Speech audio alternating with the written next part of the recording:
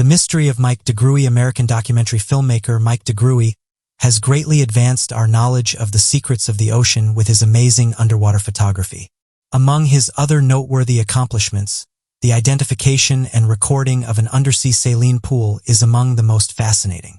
Scientists and viewers were enthralled with this amazing phenomena, which is also referred to as a lake inside the sea, which highlighted the intricacies and marvels of aquatic habitats. DeGruy immediately became well known in the world of wildlife films, thanks to his exceptional ability to blend scientific knowledge with cinematic flair. He collaborated with esteemed institutions like the BBC and National Geographic during his career, winning multiple accolades for his contributions.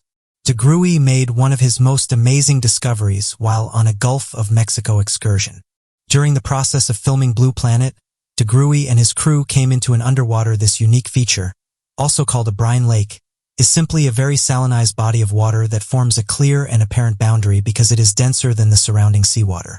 The brine pool de Grisou was about 20 meters in diameter and was around 3,300 feet below the surface.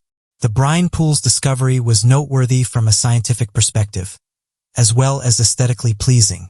The pool's rich briny water produced a glittering surface that resembled an underwater lake replete with shorelines and waves.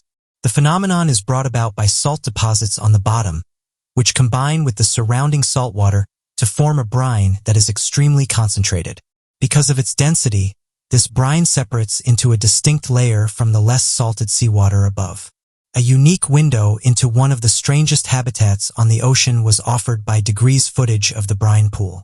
A strange and alien landscape was formed by the sharp contrast between the clean seawater above and the black, viscous brine below. With the use of DeGruy's distinctive cinematography, this visual extravaganza was able to introduce a wider audience to the wonders of the deep sea. The brine pool has notable significance for marine research in addition to being a visual wonder. The majority of marine life cannot survive in these harsh conditions created by the pools, but certain creatures that have evolved to withstand the high salinity and low oxygen content call them home. For instance, specific bacterial species flourish in these environments and serve as the foundation of distinct ecosystems. Researching these creatures can reveal information about the boundaries of life on Earth, as well as the possibility of life existing in similarly harsh conditions on other worlds. In one spot, a large, extremely salty pool of brine had formed, creating the illusion of a lake beneath the surface. Only microscopic life is able to survive in this dense lake because its salinity is 5 times higher than that of the surrounding environment. Mollusks and crustaceans line the shore of this underwater lake. According to DeGruy, there was only mud on the opposite side of the mussels.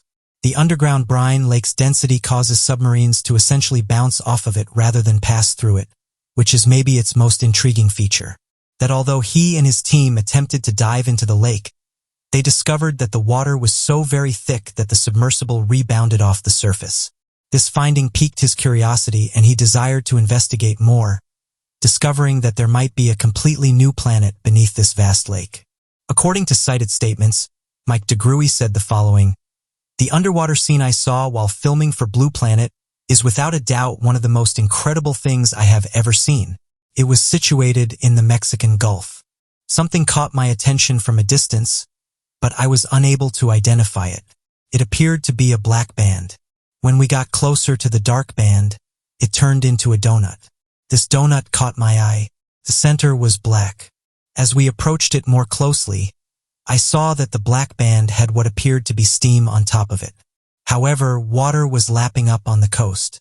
This band looked like a mussel ring. A lake lay inside the ring of mussels. We stepped out over the ocean, attempted to jump from it and descended it. The submarine was unable to enter it. We just seemed to bounce off it. It is unlike anything I have ever seen." Mike was going to go down into the lake and see what was below there. However, fate had other plans, while he was filming a documentary. Nonetheless, his vast collection of work continues on, educating and inspiring upcoming generations of scientists, filmmakers, and environmentalists. Marine science and nature documentaries have been forever changed by DeGruy's love of the ocean and his commitment to revealing its secrets to the public. Tom and Eileen Lonergan disappearance in January 1998. Tom and Eileen Lonergan went on a group scuba diving excursion to the Coral Sea. However, they were unintentionally left behind and were never heard from again. Tom and Eileen Lonergan, an American married couple, departed Port Douglas, Australia by boat with a party on January 25, 1998. They were heading to one of the most well-liked dive sites in the Great Barrier Reef, St. Crispin's Reef. However, a terrible thing was going to happen. They were apparently mistakenly abandoned at sea and left in open water during the dive. Both of them vanished from sight, and their precise whereabouts are still a horrifying mystery. After spending a year in Fiji as Peace Corps volunteers, Tom and Eileen were returning home on that late January day. On their journey, they made a detour in Queensland, Australia, so they could dive the greatest coral reef system in the world. The scuba boat carried 26 tourists who were booked through the diving business outer edge. The boat skipper, Jeffrey Nairn, took the lead as they sailed to their target, which was located 25 miles off the coast of Queensland. The travelers entered the Coral Sea by donning their diving equipment and jumping in. That's about all that is discernible about Tom and Eileen Lonergan. It's possible that the couple will break the surface after around 40 minutes of scuba diving. They see nothing except a bright blue sky and ocean that stretches to the horizon.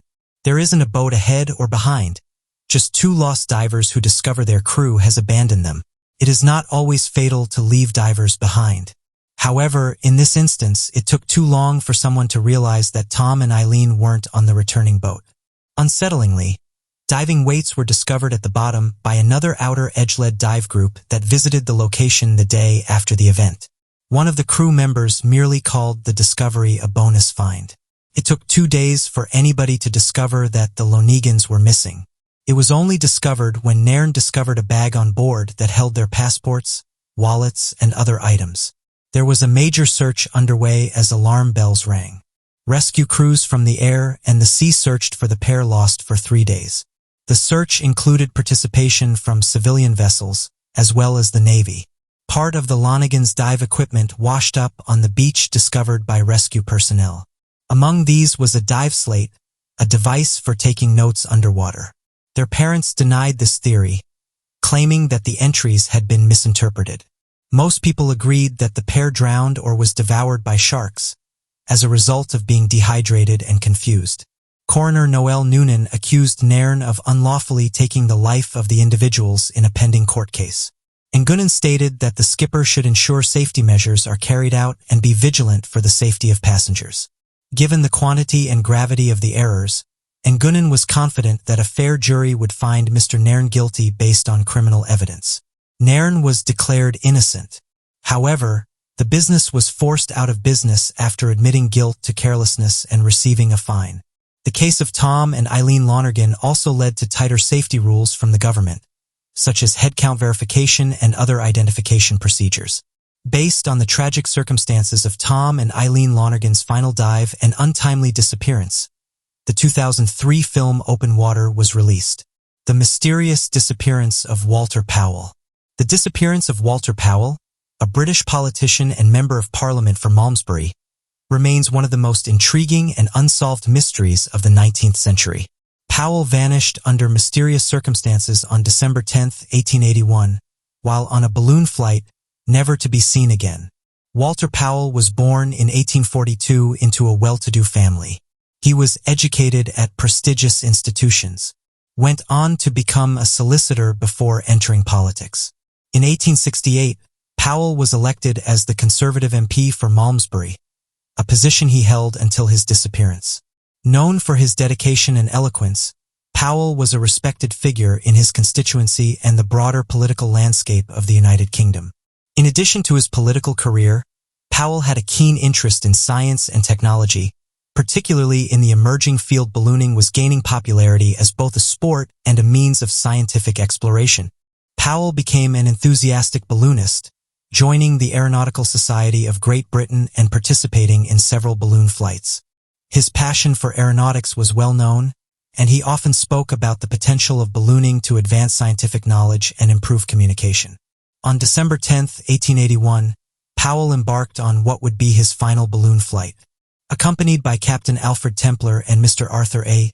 Gardner, Powell took off from Bath in a balloon named Saladin. The trio intended to make a routine flight and return within a few hours. However, the weather conditions that day were far from ideal. Strong winds and thick fog quickly enveloped the balloon, making navigation difficult. As the balloon drifted over the Bristol Channel, it became apparent that the situation was becoming perilous. Witnesses on the ground reported seeing the balloon struggling against the elements, being pushed further out to sea.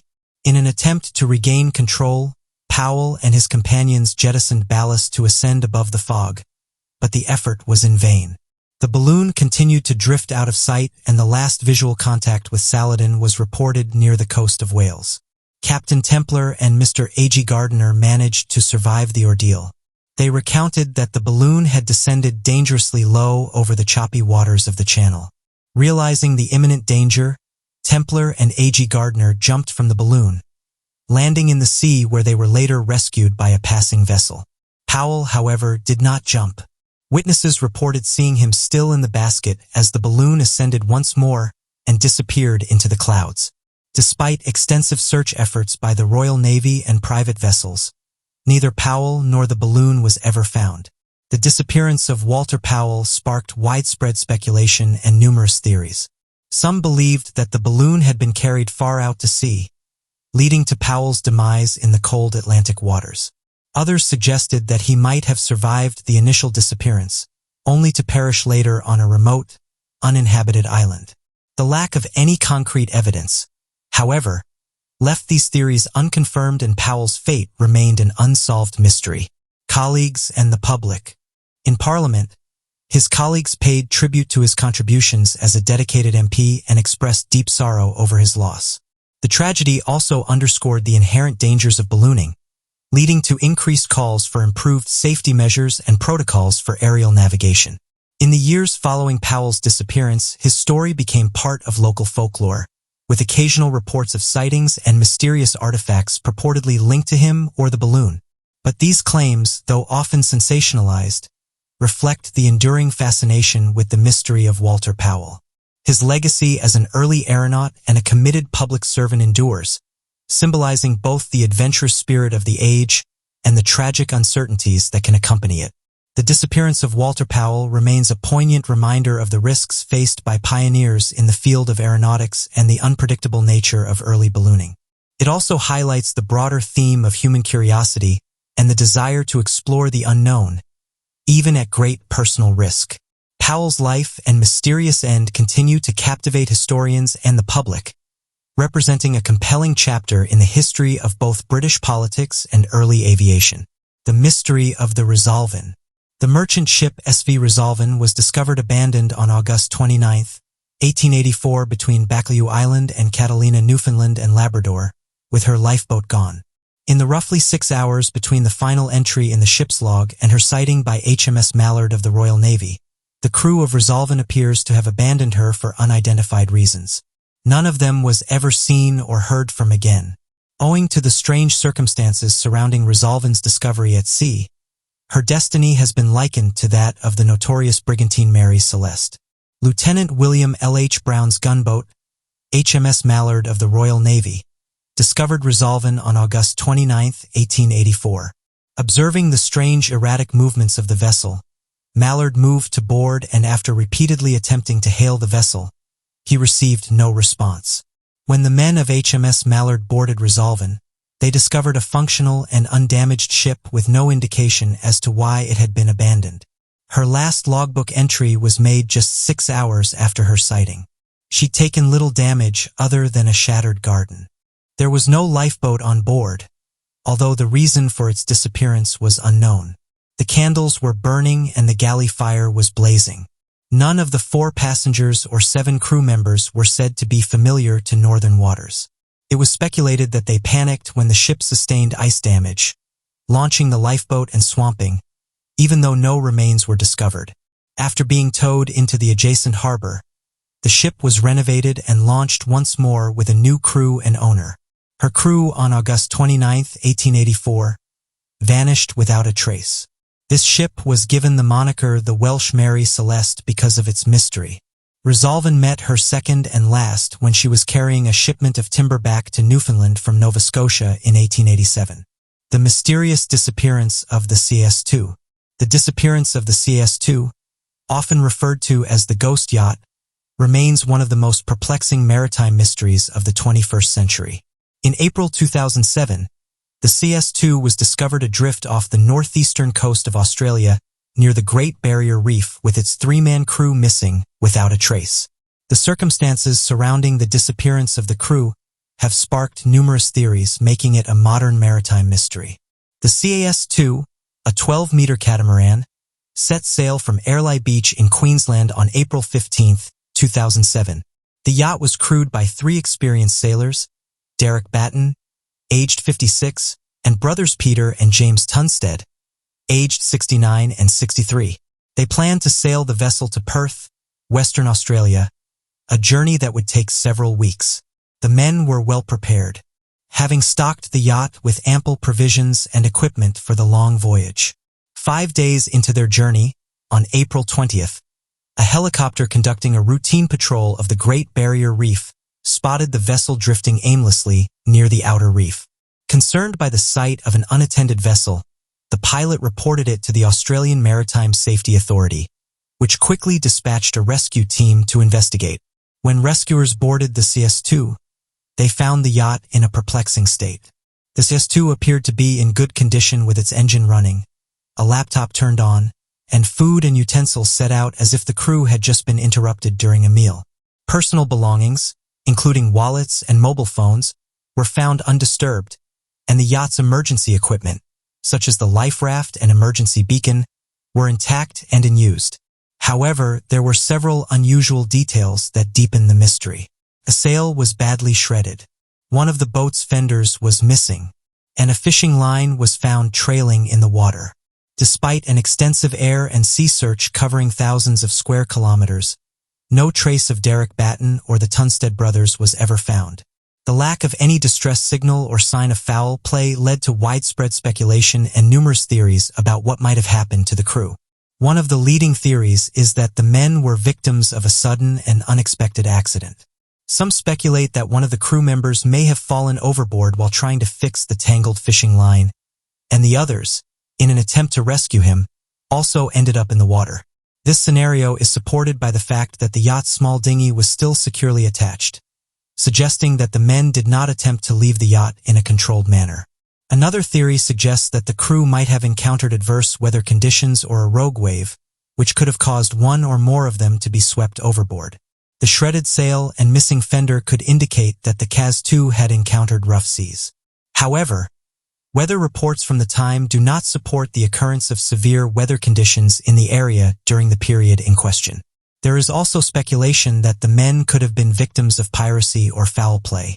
However, the lack of any evidence of a struggle or theft, combined with the fact that the yacht was found in an area not typically associated with piracy, makes this theory less plausible. The official inquest into the disappearance of the CS2's crew, conducted by the Queensland Coroner's Office, concluded in 2008 that the most likely scenario was that one of the men had fallen overboard while attempting to free the fishing line, and the others had met a similar fate while trying to rescue him. The coroner noted that the yacht's autopilot would have continued to steer the vessel on its course, leaving the men stranded in the water. Despite the coroner's conclusion, the mystery of the CS2 endures. The case has been compared to the famous maritime mystery of the Mary Celeste, another vessel found adrift with its crew missing under unexplained circumstances. The story of the CS2 has captivated the public and inspired various media portrayals, including documentaries and investigative reports.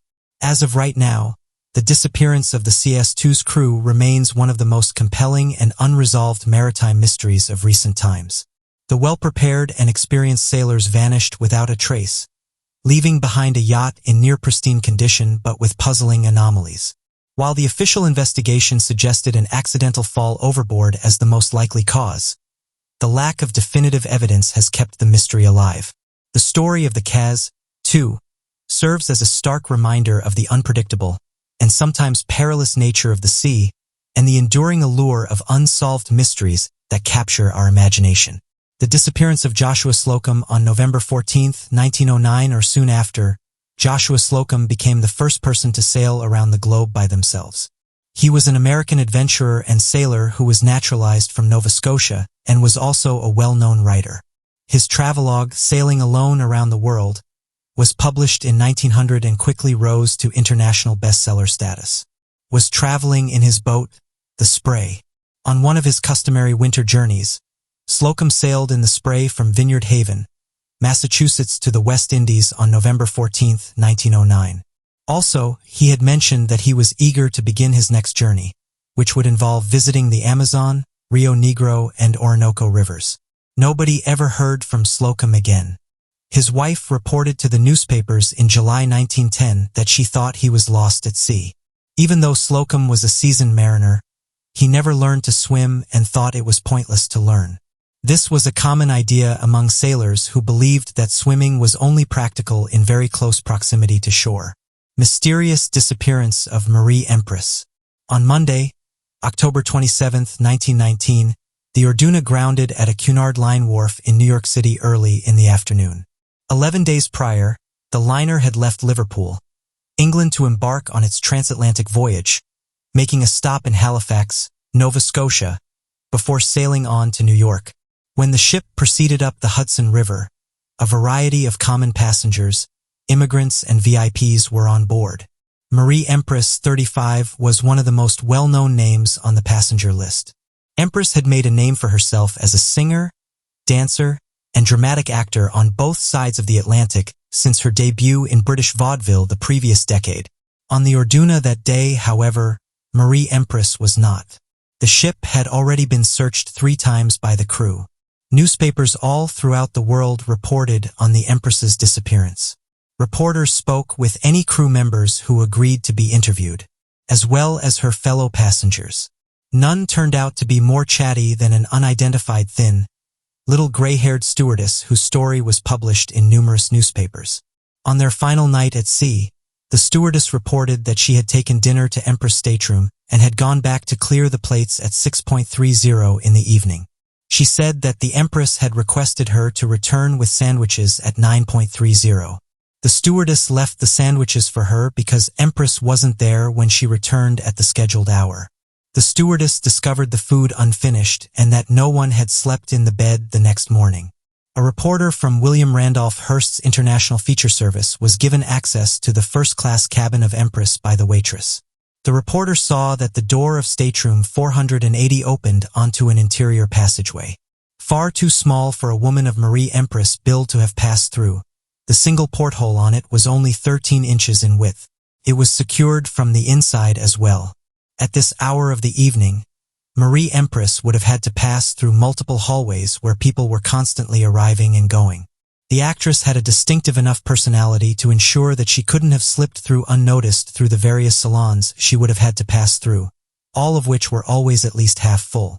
Empress would have had to pass by various stewards and officers, and finally, having gotten there, it seems almost impossible that she could have slipped unnoticed to the rail and thrown herself over in addition to navigating the crush of passengers. All the decks and promenades are brilliantly lighted until long past the hour when she must have disappeared from the ship, the writer wrote, making an unnoticed leap even less plausible. Other interesting details were provided by the chatty hostess. Throughout the journey, the Empress wore nothing but black, including a little hat with a big veil. She boarded the ship as lively as a cricket and was looking forward with enthusiasm to another season among her American friends. Before long, the news coverage changed significantly.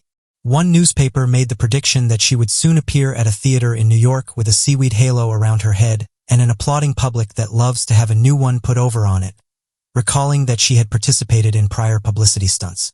Said that Miss Empress was known to have been about the upper deck in sailor uniform and that she mingled with the crew the night before the ship made New York. A petty officer on the Orduna, who wished to remain nameless, offered a different interpretation of the notion to a reporter, stating that she might have hidden in the hold by dressing like a man. Her possessions included men's clothing. Perhaps she became bored with a woman's life and decided to spend some time in a man's for a change. Knew a thing or two about these kinds of scams were among the first to support the fake theory.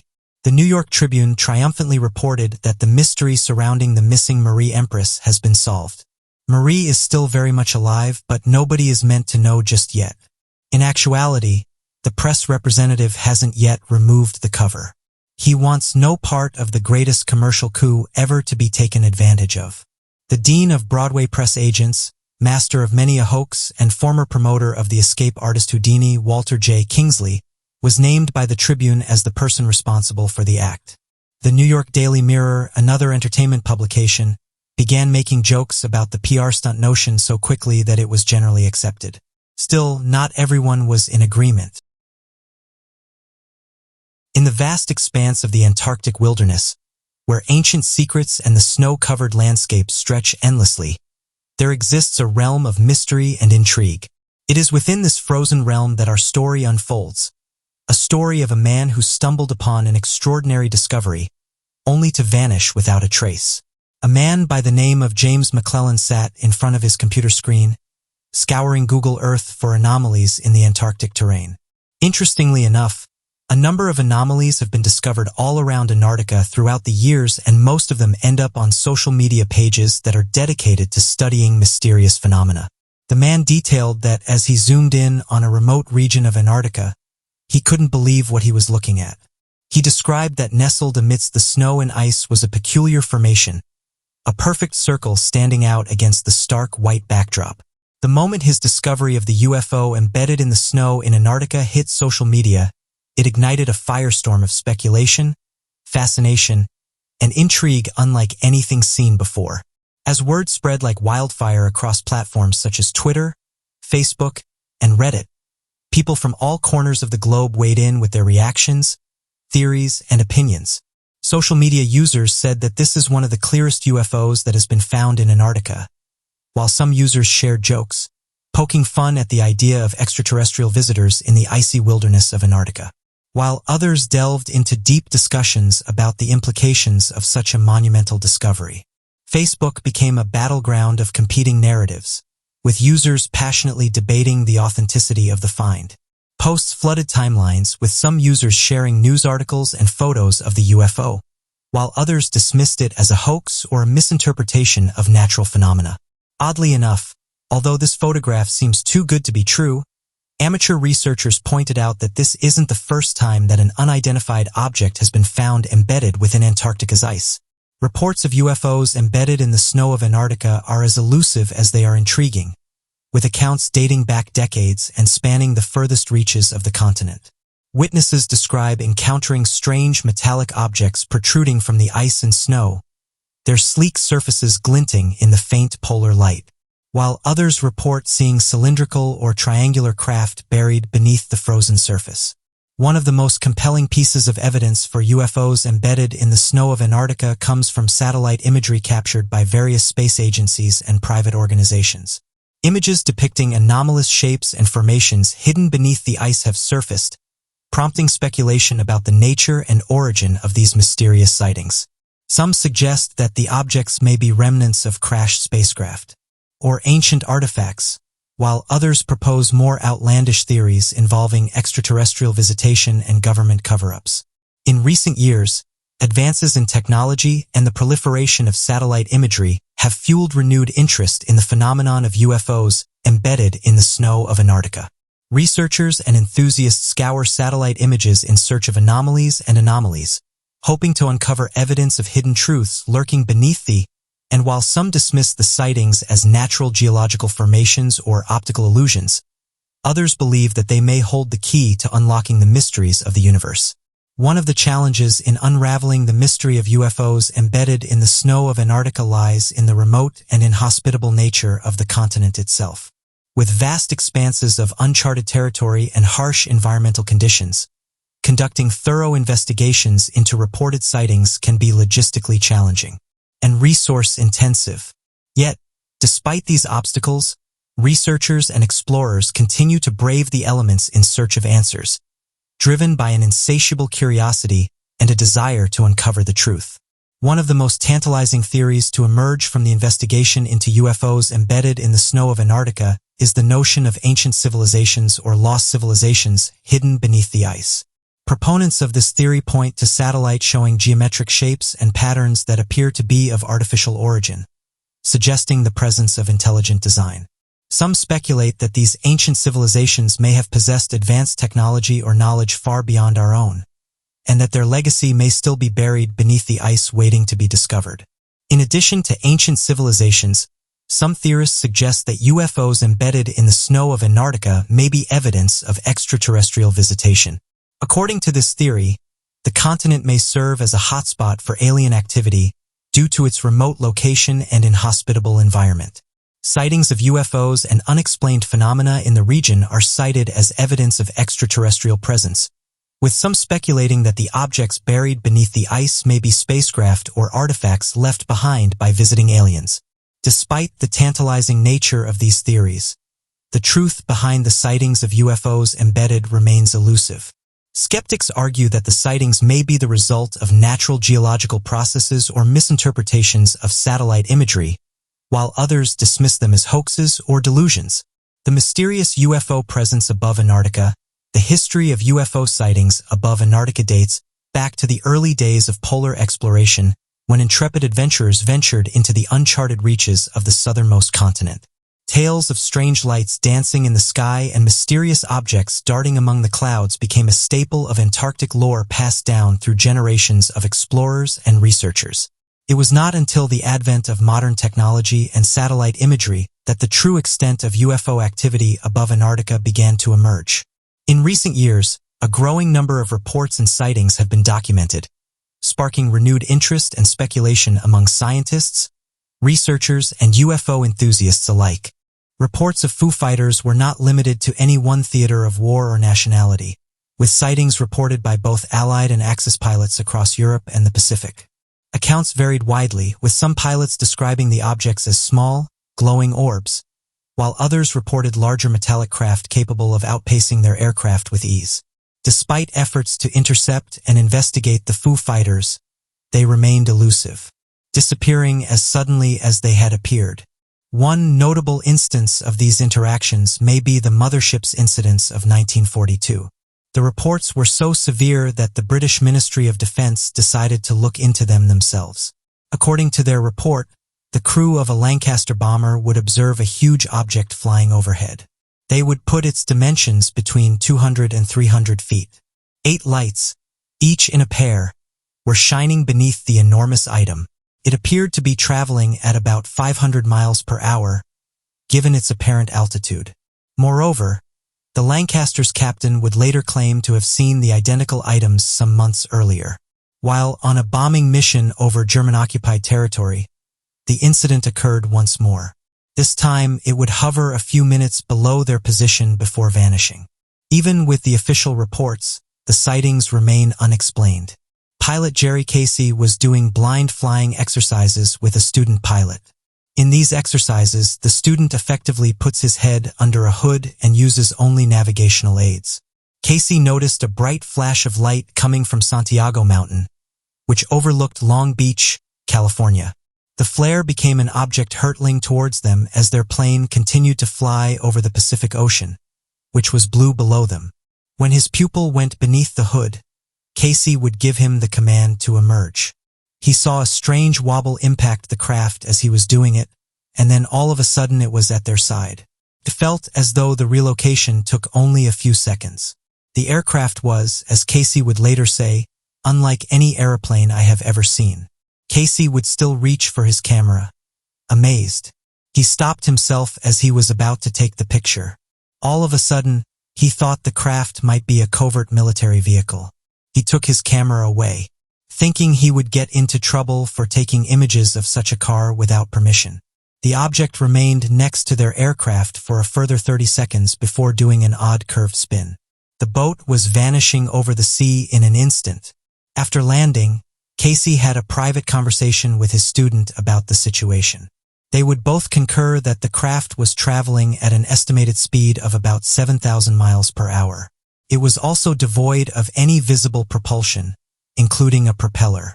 They both concurred that the craft seemed to sway or curve. This is a thought-provoking observation. According to certain UFO researchers, space or even planets' atmospheres can be bent to facilitate UFO propulsion. While it is actually bending one location to another, this creates the impression to those who witness them that they emerge and reappear quickly. For a while, Casey spoke very little about the event. His conviction that he had seen covert military test aircraft was the primary cause of this. However, Casey would finally come forward with his tale as more UFO reports flooded the press after the war. He would also freely consider the possibility of extraterrestrial involvement because no military aircraft, as far as is known, is capable of what he observed. An American serviceman on a B-17 bomber reported seeing the object. It happened just before the landing started, and the plane's target was a train depot. The shooter on the right side of the aircraft was the witness. The jet was crossing the channel at roughly 1 in the morning when a different crew member abruptly reported that he had spotted bandits at 6 o'clock. The gunner would then get ready to fire, but the gun seemed to jam, even though he couldn't identify a clear cause for it. He saw the bandits his crewmate had mentioned when he was dissecting the rifle that appeared to be inexplicably damaged. Still, they looked like nothing like any airplane he had ever seen before. They had no markings or insignia, and seemed to be glowing spheres. The bomber's radio and electrical systems abruptly failed as one of these odd objects moved to the side of the aircraft. This caused the plane to start to drift apart from the other bombers in the formation. This posed a special risk since it made them a simple mark for opposing fighters and concerning the peculiar spheres.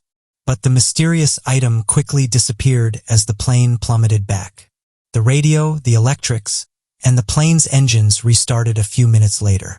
Stranger still, the witness's gun unjammed out of nowhere. Another incident involving a B-17 aircraft that occurred in September 1943, nearly a year earlier, is also included in the same book.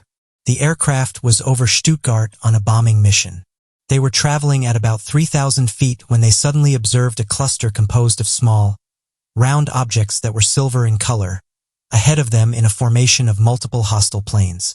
These things seemed to fall out of the sky. Both the crew of the B-17 and the crew of the aircraft itself saw the scene. They soon discovered that the unusual spheres were not German, since the enemy planes seemed to be oblivious to these bright objects as they continued their flight. In the end, they would come to rest and hover at the same height as the B-17 aircraft. Nevertheless, a few of the objects touched one of the plane's wings. When it did, it burst into flames and started to descend from the sky. The crew was thought to be dead and the plane was never found. The majority of reports of Foo Fighter sightings remained just that, sightings, which makes this a particularly peculiar case. This seems to be the lone instance of a Foo Fighter resulting in both the plane's destruction and the 10 crew members' fatalities. During a return flight after a mission over the Plaju oil refinery in Palembang, Sumatra, in early August 1944, First Officer Russell Watson reported witnessing a bizarre and confusing type of new weapon. Furthermore, the same light objects were seen by other pilots and crew members on the same bombing mission. It was just 10 minutes into the return trip when the sighting happened. He would go on to describe how one of the aircraft appeared to be under attack for 1 hour and 10 minutes in his report. According to Watson, a few reddish-orange balls that looked to be barely bigger than emerged out of nowhere. There was a momentary flash as they were moving, and then an odd explosion happened. Even more bizarrely, these balls would shatter into multiple fragments that split off and eventually reunited.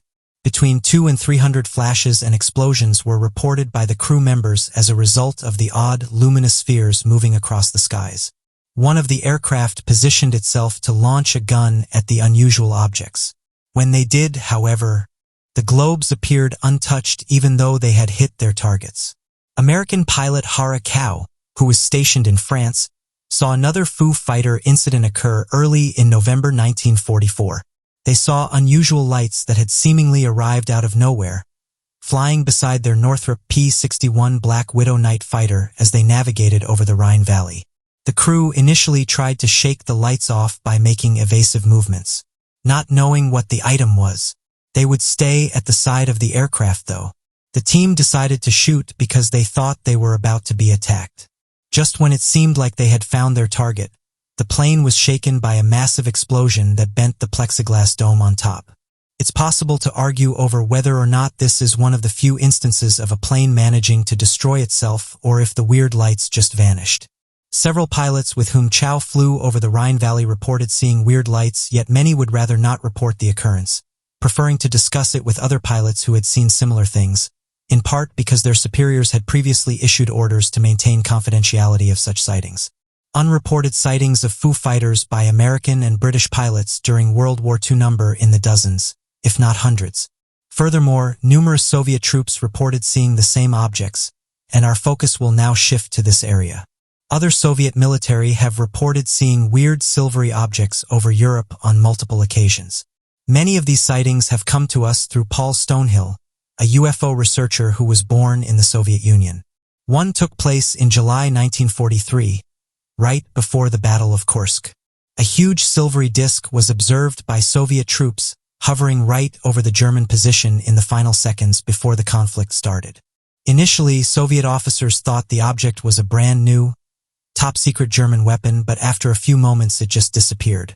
There was no immediate response from the vehicle, much like in the great majority of sightings of Foo Fighters. It seemed to observe the proceedings only. Nobody was able to take a picture of the thing, so someone drew it right away and gave it to a few Soviet officials who signed it to confirm what they had seen. Not quite 2 months later, only a few days after the battle in Kursk finished, there was another sighting. Wood later testify that he saw a sickle-shaped vehicle moving at a rate that was significantly quicker than any jet he had ever seen. Perhaps of relevance in this case is the large number of flying wing UFO reports that were made throughout the United States in the late 1940s and early 1950s, some of which were clearly sickle-shaped. The craft's exterior was either dark blue or black, with a bright orange light in the center. This is an even more remarkable element that is often mentioned in sightings from the modern age. There are sightings of Foo Fighters from far further afield, although it is evident that the great majority of sightings were over Europe, where much of the deadliest fighting happened, both on the ground and in the air. For instance, Kent Courtney was traveling from Brazil to Morocco in a transport plane in February 1943. He was above the South Atlantic Ocean at around 10,000 feet when he looked around and saw several bright lights coming directly at him. At the last moment, they would move away from him and pass his jet, but in a matter of seconds they had swung around and were coming at his jet again, but from the back. They would pause beside him for an instant before vanishing as swiftly into the night sky as they had arrived. Courtney planned to notify the U.S. Air Force of the sighting as soon as he touched down in Casablanca. He would remember that he was told to keep it to ourselves in official guidance. In a later interview, he told a newspaper in Louisiana that the Air Force wanted to quell the investigation. But Courtney knew he had witnessed something really unusual, and he started talking to a lot of other U.S. Air Force pilots, many of whom would relate similar experiences. Numerous more reports of Foo Fighter sightings in the Pacific Ocean included U.S. Navy ships. Indeed, one of the most fascinating took place on August 5, 1942, during the initial American offensive of the Second World War. Just before 10 in the morning on the day in question, the lookouts abruptly reported that they could see unidentifiable aircraft that appeared to be moving towards them. From the deck, every member of the crew could see the weird object, which was estimated to be between 3,000 and 4,000 feet high, because the sky itself was crystal clear. Officers saw that the object was unmistakably a metallic, silvery cigar-shaped UFO when they examined it using strong military-grade binoculars. Furthermore, the upper side of it featured a circular dome. According to other sources, there were also portholes around the dome. This is an intriguing finding since numerous reports of previous Foo Fighter sightings frequently mentioned the absence of any windows or markings at all. The object kept moving towards the ship and the gunners fired when it got close enough. A number of adjacent warships also started firing as soon as the firing started, but none of the gunfire seemed to affect the alien thing in the slightest. The unusual vessel then made a sharp turn and swiftly circled the boats. At this point, the little fleet's guns all started to fire at the target, but none of their hits seemed to register despite their best attempts. Eventually, the item would vanish. Thousands of the crew members on board the ships saw the occurrence. According to one witness, the silvery object had flown through the air at a speed of about 1,000 miles per hour. As the war came to a conclusion, in early February 1945, odd objects approached the USS Wasp as it steamed off the coast of the Caroline Islands, providing another fascinating sighting. An incoming radar contact was reported to Norman Stark, the ship's commander. It was around 10 miles away and at an estimated altitude of 30,000 feet. Stark would launch 5 Grumman Hellcats from the ship to intercept the unusual object because he thought it was an enemy fighter. Even though the fighters could reach nearly 400 miles per hour, it soon became clear that they were far too sluggish for the strange craft. A few months later, right before the atomic bombing operations over Japan, there was another incident with Foo Fighters, this time in the clear sky during the day. The SS Calvin Victory was in the waters off the Marshall Islands this time.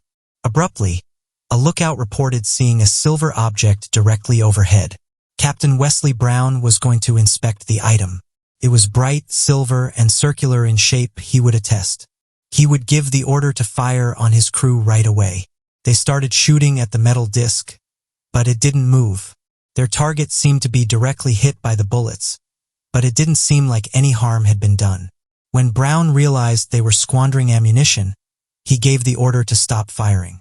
It's interesting to note that, despite not moving or getting any closer to them, the weird object stayed over the boat all night long before ultimately taking off. Furthermore, it seems that during the Second World War, in the midst of the Foo Fighter wave, some of the earliest USO encounters occurred. The first of them happened on October 12, 1943, maybe in the evening. Matthew Mangle was keeping a watch on a U.S. Navy supply ship in the Persian Gulf that evening. A huge disk beneath the surface of the water would suddenly catch his attention. Additionally, the object's green glow greatly illuminated the surrounding water. It would stay with the ship for a few minutes, then shoot off into the distance at high speed. A bizarre, enormous circular vehicle appeared to hover under the water beneath the USS McCracken as it went over it near the Solomon Islands, a sight that the crew of the ship saw in amazement well over a year later, across several days at the end of January 1945. They all observed that it had a dull, silvery finish, sharp features, and measured around 20 feet in width. But it would take the 4 crew members years before they would disclose the sighting. When the Coast Guard cargo vessel was off the coast of Palmyra at the end of June 1944, there was an especially unsettling story involving an underwater Foo Fighter. Edward Ludwig was the ship's commander. On the day in question, he would get an urgent message asking for his help in looking for a U.S. Navy plane that had vanished out of sight. In an attempt to find the seemingly crashed vehicle, Ludwig moved his vessel in the general area where the jet was last seen. There appeared to be no indication of the missing plane, even though his boat and about a dozen others were participating in the hunt. Furthermore, they were unable to locate even a single piece of debris. But the next day, things took an even crazier turn. A dazzling light appeared over Ludwig's boat as he stood on the bridge. Whatever it was, he realized as he tried to concentrate on the odd object that it was or aeroplane. He would characterize it as resembling a sphere. Moreover, it was perfectly silent while being so near. It would move for a few moments at a period, halt, and then move again. After spending almost half an hour floating over the ship, it started to move away from the vessel. Interestingly enough, it headed towards the area where the U.S. Navy had been looking for the missing plane the day before. He would never get an adequate, even if he wondered if the 2 episodes were related. Even though it would be tempting to believe that the plane in issue may have collided with the Foo Fighter and as a result suffered engine failure, that explanation would not account for the lack of wreckage. A few months later, as the end of the war drew closer, an additional fascinating Foo Fighter USO episode would transpire in mid-1945. In stormy waters close to the island of attack, the USS Delaroff, a transport ship operated by the U.S. Army, came across unusual underwater activity while on a return trip to Seattle. While navigating these challenging conditions, a few members of the crew noticed an odd, sizable vehicle emerge from the water and swiftly take off into the sky. Robert Crawford was the craft's radio operator. Abruptly, he would hear the noise made by those on board and he would look in the direction that the crew members were pointing. Was more than shocked to witness a gigantic object climbing high into the sky. It was spherical, dark, and easily noticed against the setting sun, according to his later description. Crawford would also remember that the object, which was between 150 and 200 feet in diameter, lacked any portholes, markings, or other identification.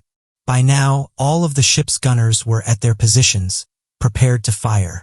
Nevertheless, the authorization to do so was not received because the item did not seem to pose a threat to the ship. It would eventually move away from their location and vanish into the distance after circling the ship twice at a height of about 500 feet. It's still a mystery, but the sighting ranks among the top UFO sightings over wide waters. Solar eclipses have long been a source of fascination, wonder, and sometimes fear. As the moon passes between the Earth and the Sun, it creates a surreal twilight, casting an eerie shadow over the landscape and often prompting strange occurrences and reports. Throughout history and continuing into modern times, numerous strange events and phenomena have been reported during solar eclipses. To mysterious celestial sightings. During the most recent solar eclipse, an unusual and mysterious phenomenon captured the attention of amateur astronomers and the public alike, with many describing that a human-shaped silhouette was seen close to the Sun. This strange occurrence has sparked numerous theories and debates. The sighting occurred during the April solar eclipse, which was visible from several locations across the globe. As observers trained their telescopes and cameras on the eclipse, they noticed an anomalous figure near the Sun. This silhouette appeared to be distinctly human-like, complete with what seemed to be arms, legs, and a head. The figure was positioned close to the Sun's corona, the outermost part of the Sun's atmosphere, which is typically visible only during an eclipse. Social media users quickly shared the mysterious photos and offered their interpretations of what they saw. Others were baffled by what they were seeing, and even wondered if live broadcasts were glitching. However, eyewitnesses came forward to confirm that they had witnessed the same thing while watching the solar eclipse live. Strangely enough, after the eclipse had been going for less than an hour, onlookers had also reported seeing unknown objects high in the sky. Concerning the strange figure observed, some wondered if the figure was a result of the eclipse itself. A user expressed concern over the sighting, saying that it was ominous, and that they could understand how people would have thought it was a god if it had occurred in ancient times. Photographs and videos of the event quickly spread across the internet, capturing the imagination of people worldwide. The clarity of the silhouette and its unmistakable humanoid form led to a flurry of speculation. Amateur astronomers were intrigued and puzzled by the phenomenon, prompting a range of explanations from the plausible to the fantastical. Suggested that the silhouette could be the result of a technical anomaly or artifact. Cameras and telescopes, especially when pointed at a source as intense as the Sun, can produce various artifacts due to lens flares, reflections, or sensor overload. Some posited that the human-shaped silhouette might be a coincidental alignment of these artifacts, creating an illusion that appeared human-like. But this doesn't explain how people were able to see it when observing the Sun through their telescopes. Another scientific theory proposed that the silhouette could be an unusual formation of solar plasma or a prominence. Solar prominences are large, bright features extending outward from the Sun's surface, often forming loop-like structures due to the Sun's magnetic field. If a prominence took on a coincidental shape resembling a human figure, it could explain the mysterious silhouette. However, solar prominences typically appear more chaotic and less defined than the figure observed during the eclipse. Beyond scientific explanations, the sighting also reignited interest in various myths and legends. Throughout history, solar eclipses have been seen as significant omens or supernatural events. Some cultures interpreted the human-shaped silhouette as a celestial being or deity watching over Earth. This interpretation drew from ancient myths where gods and supernatural entities were believed to interact with the cosmos, influencing natural events and human affairs. The sighting also sparked a wave of speculative theories in the realm of ufology and extraterrestrial life.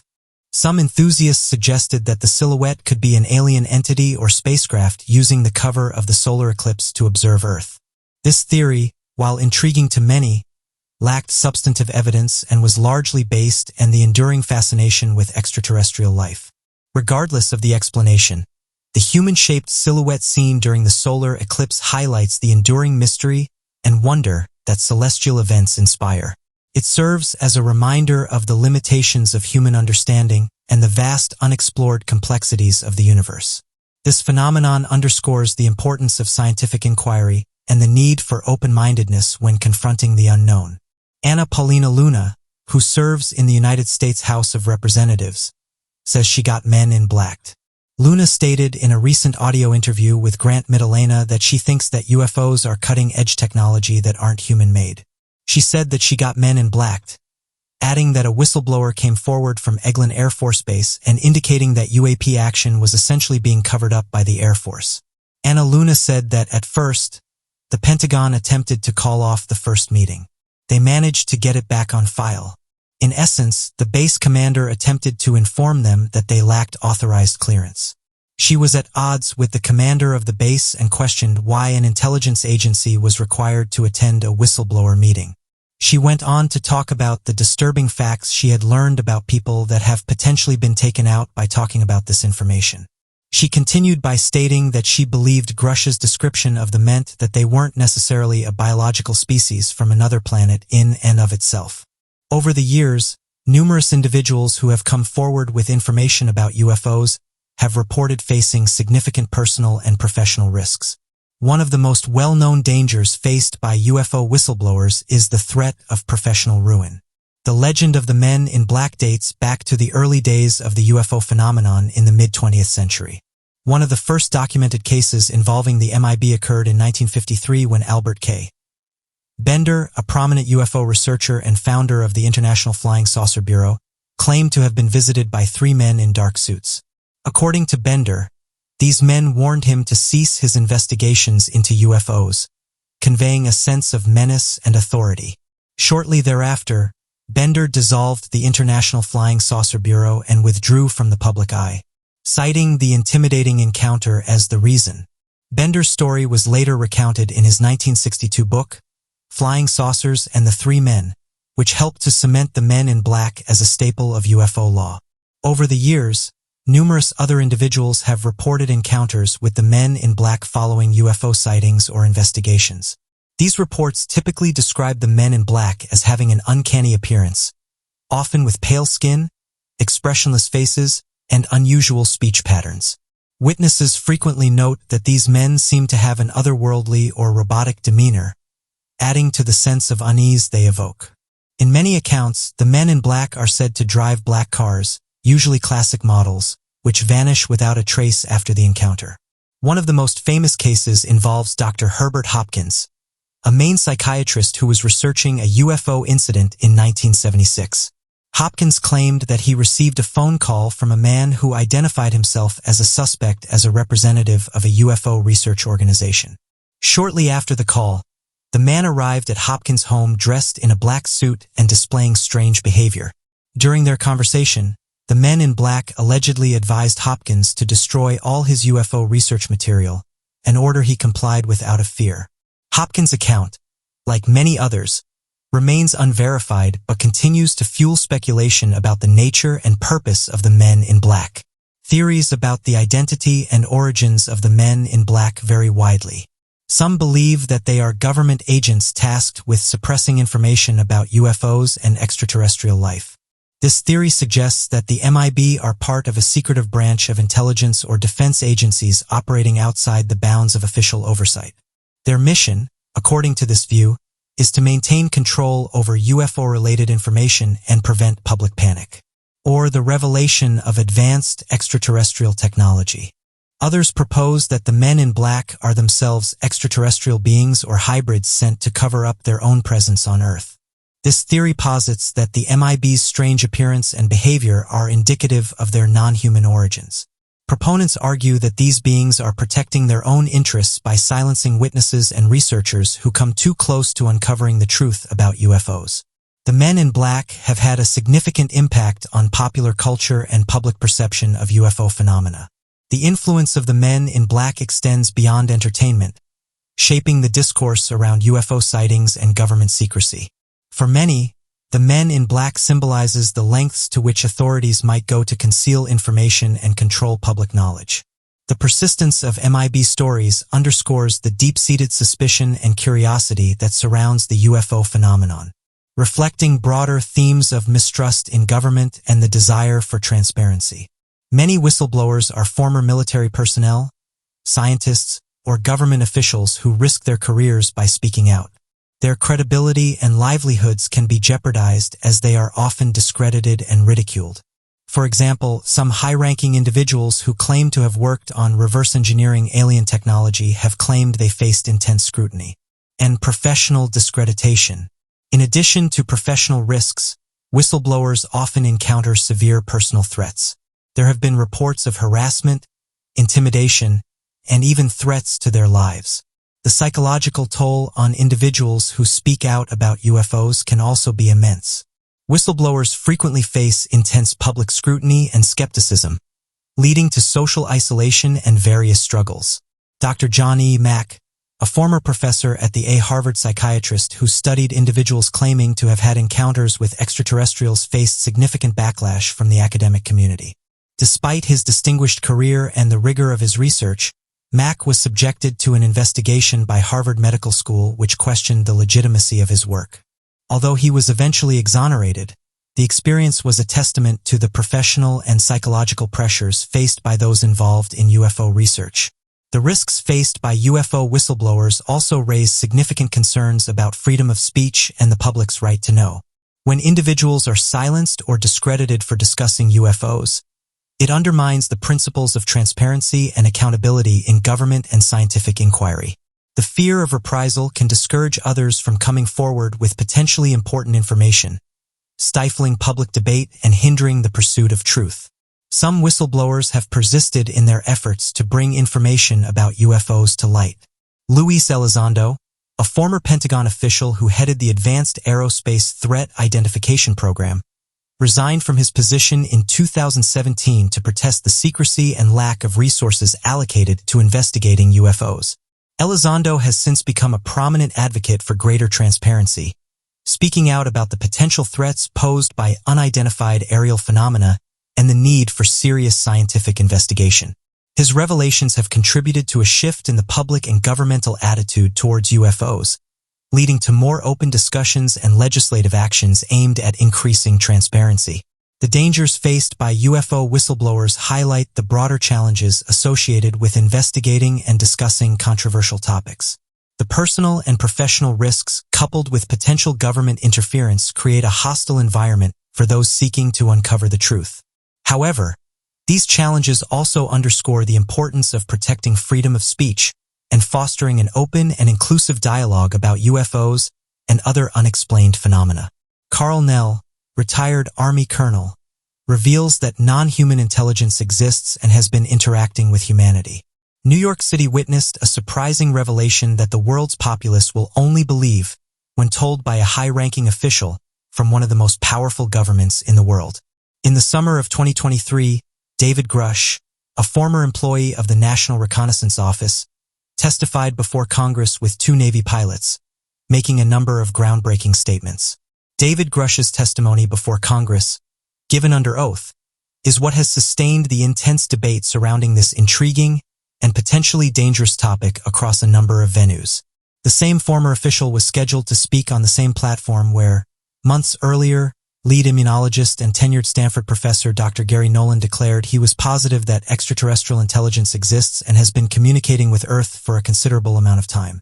David Grush was supposed to speak at the renowned SALT conference in New York City, but he had to postpone it due to an apparent scheduling difficulty, just days after it was publicized. The fact that members in the UFO community have been waiting months to hear from Grush demoralized them.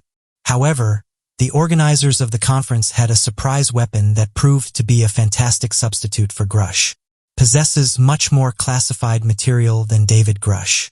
During his speech at the SALT conference, he revealed some shocking information. According to Carl Nell, there have been interactions between humans and a non-human intellect for hundreds of years. The fact that senior officials from states like Israel and Canada are making similar assertions serves as possible proof to support his claims. This phenomenon is not limited to the United States. It is currently occurring on a worldwide scale. If the mainstream media wishes to cover it, this might be the statement that goes viral. Nell declared that there is non-human intelligence. Humanity has interacted with non-human intelligence. This has been an ongoing and not very new contact, and those in the government who are not elected are aware of this. There is not a single doubt. He discussed a wide range of fascinating subjects, many of which are related to the potential effects of revelation on human civilization. This former United States Marine claims he saw a massive UFO being loaded with weapons in the jungle. A veteran Marine claims that he and 5 other military members saw a flying saucer being armed while on duty in Indonesia in 2009. Furthermore, he claims that after the sighting, unnamed U.S. military personnel, who did not have any discernible insignia, came up to them and threatened to shoot. This astounding assertion not only calls into doubt the military's role in any alien contacts, but it also highlights, amidst a flurry of startling disclosures, an incredible story begins when an Air Force whistleblower from the government's UFO section comes to light. This guy has joined a growing group of intelligence officers who claim that the U.S. not only has recovered non-human aircraft, but is actively involved in the complex task of disassembling and reassembling these downed or landing vehicles. A 20-year-old rifleman named Michael Herrera was sent on a humanitarian mission by the Navy to help in the wake of the devastating 2009 Sumatra earthquake and tsunami that devastated most of the area. In a private interview with news outlets, the man claims that in October of that year, while on a mission to safeguard a humanitarian supply airdrop near Padang, he and his 6-person team came across an airborne octagonal vehicle that they thought was being used by secret American military units. The observation of this unidentifiable object generated curiosity and conjecture about the existence and operations of unknown U.S. forces in the area. Herrera, who had been silent on UFO disclosures for more than 14 years, found courage in the freshly enacted whistleblower protections. In a historic move in April, he swore under oath to testify before 2 key organizations, a well-known Senate committee and the government's All-Domain Anomaly Resolution Office, a specialized UFO study organization. During his presentation of his flawless 4-year service record, he also related stories of the interaction with a supposed fellow observer who chose not to speak because he believed it would endanger his life and the safety of his family. The person stressed that sharing information was not thought to be worth risking his personal safety or endangering his family. By comparing his account with military sources, but even at 33 years old, Herrera doesn't have any hard copies of records or images that are directly related to the incident at hand. After graduating from high school, the Denver native decided to join the Marines right away. After serving in the service for less than 2 years, he was ordered to join the 31st Marine Expeditionary Unit and be stationed in the Philippines. He was given the vital task of helping individuals afflicted by the natural disaster after a severe storm, and he was instrumental in making it happen. The 2nd Battalion, 5th Marines Echo Platoon, was ordered to reroute their mission to provide security for helicopter aid deliveries in the vicinity of Padang City, which was experiencing difficulties due to unrest caused by local insurgents on September 30, 2009 during the powerful 7.6 magnitude earthquake that occurred in Sumatra. He was on or around October 8 along with 5 Marines. Then, according to Herrera, they began a strenuous 900-foot walk up a ridge to take up their positions strategically ahead of the impending supply delivery. To ensure the mission's success, this particular operation required careful planning and cooperation. He was looking across the verdant terrain when he noticed something strange tucked away behind the thick jungle brush over the hills. The witness reported witnessing a dynamic entity that rotated and moved. The item saw a change in color, going from a light matte gray to a dark matte black. After giving it some thought, he said that the item was really noticeable and stood out from the surrounding area. This observation points to a striking visual aberration that caught the observer's attention. Strangely enough, he added, they had not been given radios, so they had to carefully make their way down the hill in unison, to assess the situation rather than reporting it right away. In the meantime, Herrera used his Panasonic camera to take pictures and make recordings of the events as they happened. This unorthodox method emphasizes how they collaborate and rely more on visual observation than on electronic devices for communication. Herrera compared the object's size to a football pitch and called it enormous. The thing was rotating in a clockwise direction and showed off an amazing variety of color shifts. Its movement was accompanied by a distinct hum that was akin to the resonance of a guitar amplifier or the sound made by a transformer. This mysterious vessel had the shape of an octagon with a characteristic black pyramid construction perched upon its tip. The vessel turned gracefully in a precise orbit, alternating between various colors, and there was a clear sound of vibration. It had a very strange design with what looked like scales covering every part of the vessel. Interestingly, It departed from the idea of a polished surface showing off seams and ragged edges that suggested human handiwork. Its entire appearance was made even more strange by the odd panels that resembled Vanterblack and found their way around the vertical perimeters. Herrera claimed that when his 5 buddies and he approached the unknown aircraft, 8 people dressed entirely in black camouflage clothing launched an unexpected attack on them. These attackers wore bulletproof jackets and carried M4 weapons fitted with high-tech night vision devices that are usually only found in elite U.S. military troops. He said that they were aiming their rifles at us during the incident. Additionally, he mentioned how clearly they could hear their guns' safety levers being pulled. These 2 persons publicly conveyed their confusion and requested clarification, and with unique American accents. The men continued to threaten, and eventually the troops were stripped of their weapons, their ammunition thrown away, and their military identity examined closely. Herrera described seeing people physically moving heavy gun boxes and other containers from specially outfitted Ford trucks onto a level platform under the plane. As the suspense grew, this unnerving sequence of events played out, giving a clear image of the intense atmosphere that pervaded the situation. The lowest portion of the platform rose around 10 feet above the ground following the last 2 trucks' completion of unloading and their departure.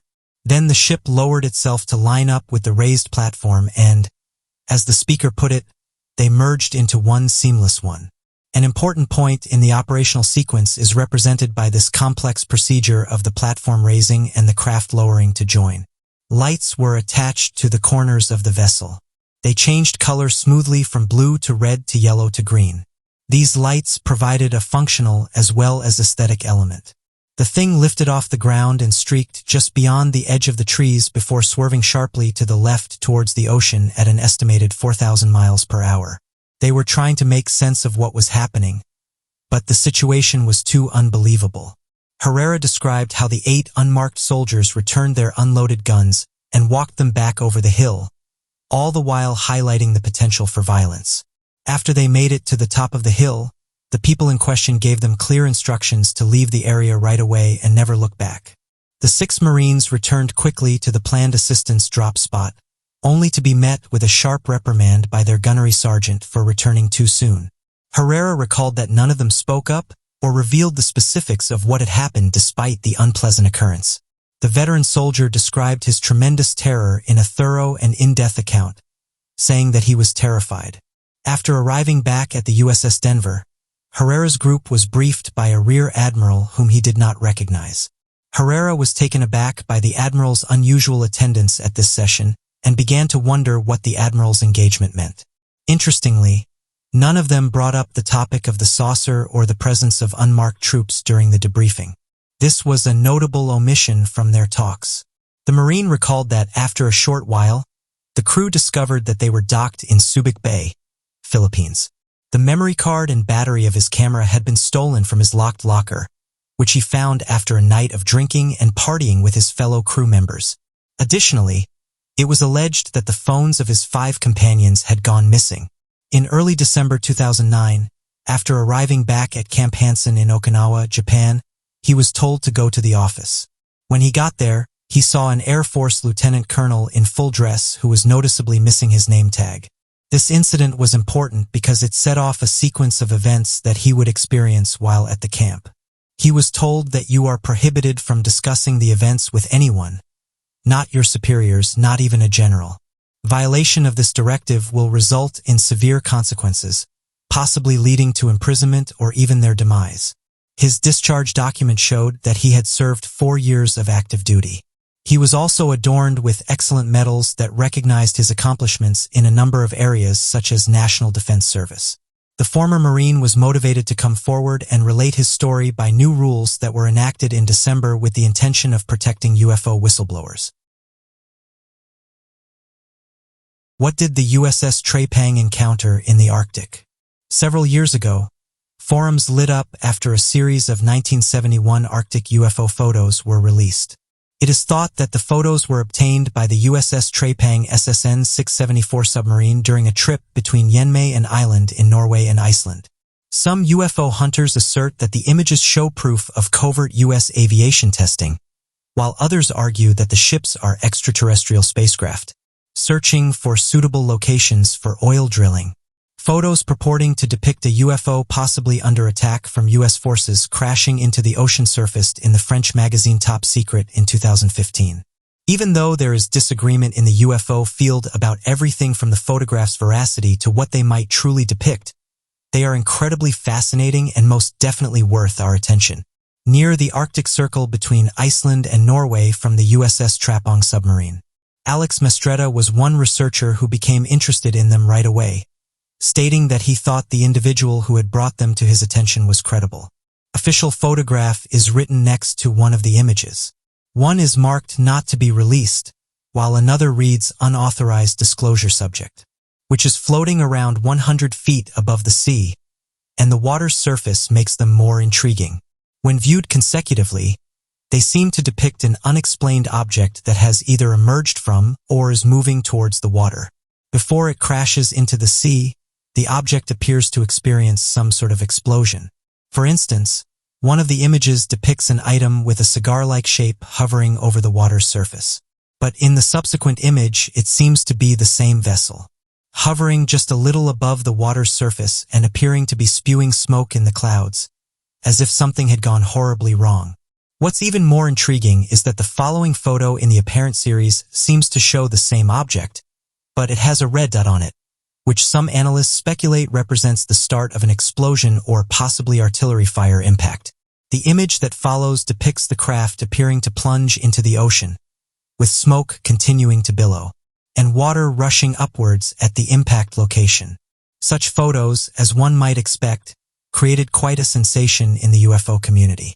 The majority of accounts state that the officer, John Clicker, took the photos while only using the periscope to investigate the area during a military scientific mission led by Admiral Dean Reynolds Sackett.